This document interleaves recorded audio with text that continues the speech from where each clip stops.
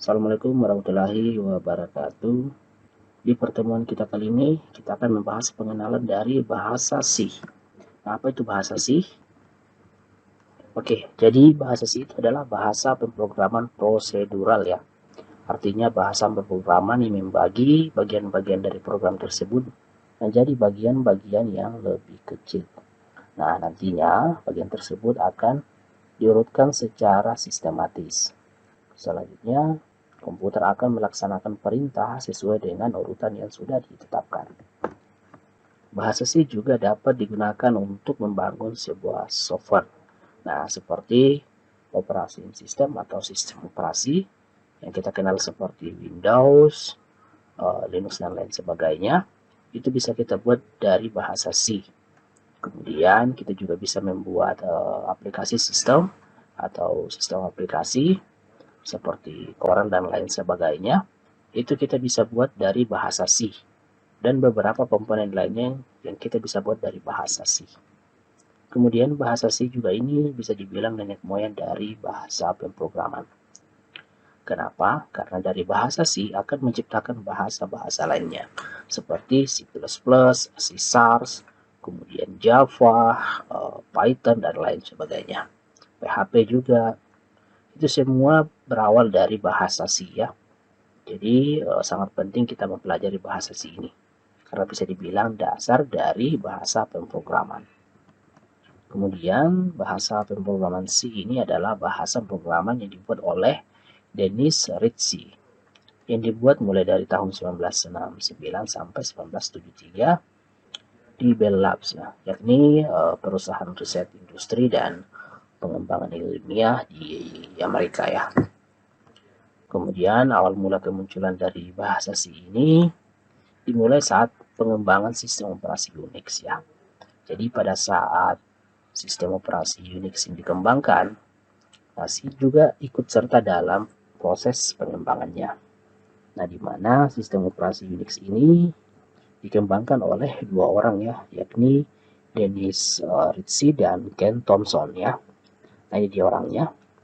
Nah, sebelum adanya Windows, ada sistem operasi lain yang ada sebelumnya, yakni sistem operasi Unix ya. Sistem operasi Unix ini mirip-mirip dengan Linux ya.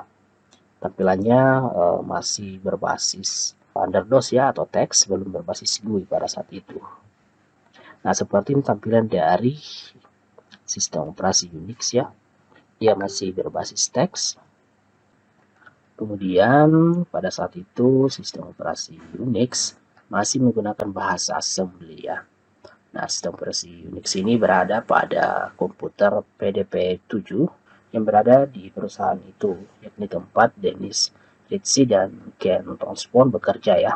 Kemudian Ken Thompson pada komputer tersebut, dia membutuhkan sebuah bahasa pemrograman untuk membuat sebuah program di komputer itu, yakni komputer pada PDP-7. Kemudian dia pun mencoba kompilator atau compiler untuk bahasa Fortran ya. Jadi sebelum ada bahasa C, maka ada beberapa bahasa yang ada, yakni bahasa Fortran salah satunya.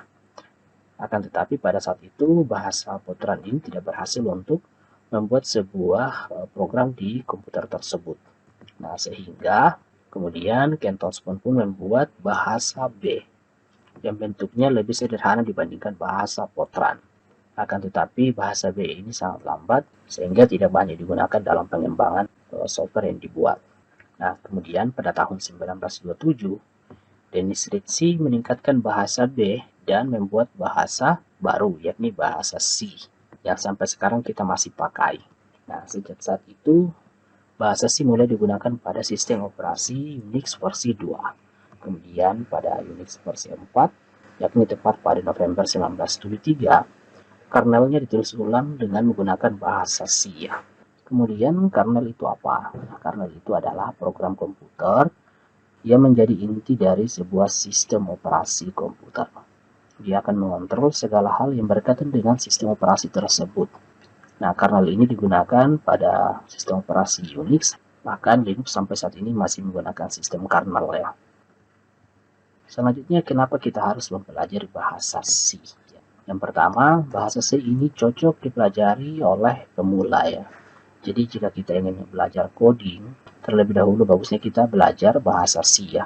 Kenapa? Karena jika kita sudah mengerti bahasa C, untuk berpindah ke bahasa lainnya seperti bahasa C++, C Sharp, kemudian ada Java, Python, dan lain sebagainya itu sangat mudah. Kenapa? Karena strukturnya sangat mirip. Ya.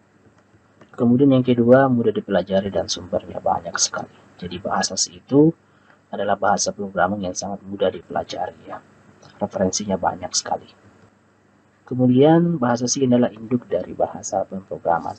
Dan seperti saya tadi katakan, bahasa C ini dimulai dari bahasa-bahasa lain. Dari bahasa C akan lahir bahasa-bahasa lain seperti bahasa C++, C Sharp, Java, Python, PHP, dan lain sebagainya. Itu semua berawal dari bahasa C ya. Kemudian bahasa C ini masih digunakan hingga saat ini. Pengembangan-pengembangan dari sebuah software bahkan sistem operasi masih banyak menggunakan bahasa C. Nah, salah satunya Windows. Windows itu dibuat dari bahasa C dan C++ ya. Kemudian dapat digunakan di berbagai platformnya seperti Windows, Linux, macOS, dan Android. Jadi bahasa C ini bisa dipakai di berbagai sistem operasi ya. Kemudian kelebihan dari bahasa C juga ini adalah berjalan cukup cepat ketika digunakan pada mesin. Bahasa C ini adalah bahasa yang cukup cepat digunakan ya. Oke, software yang bisa kita pakai dalam penulisan script atau coding bahasa C adalah kita bisa menggunakan dev C++ ya. Ingat, bahasa C dan C++ itu berbeda ya. Bahasa C++ ini adalah pengembangan dari bahasa C ya. Dan struktur penulisannya beda. C Sharp pun juga beda. Dev C++ ini hanyalah sebuah software untuk penulisan coding kita di bahasa C ya. Nah, kemudian Dev C++ ini selain bisa mendukung bahasa C, dia juga mendukung bahasa C++ ya. Namun di materi kita kali ini kita akan fokus membahas tentang bahasa C saja ya, atau bahasa C. Nah, kita bisa mendownload aplikasi Dev C++ pada link ini ya. Atau kita bisa langsung klik saja ini. Dan pastikan kita terkoneksi dengan internet ya.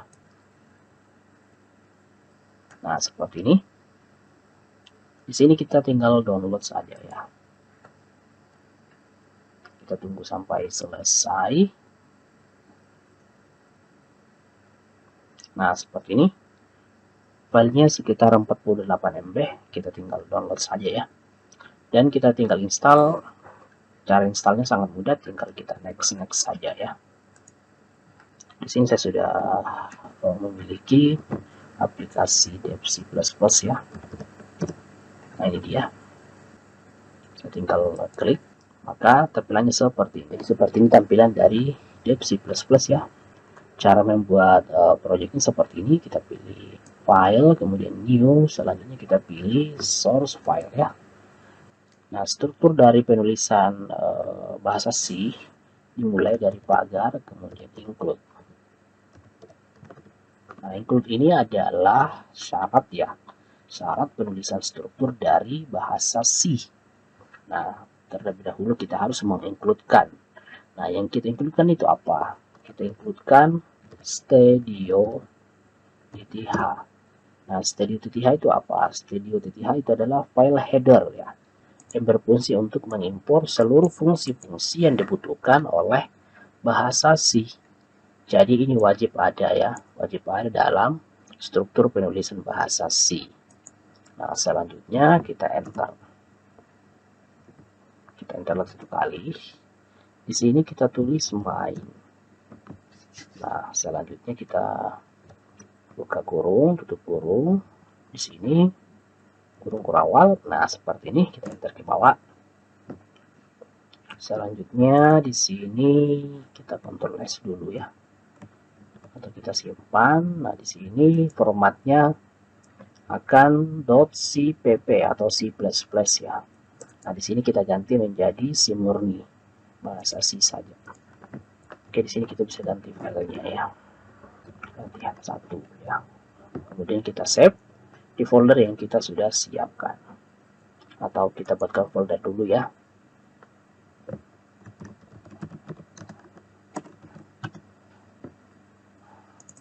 Oke, kita masukkan di sini.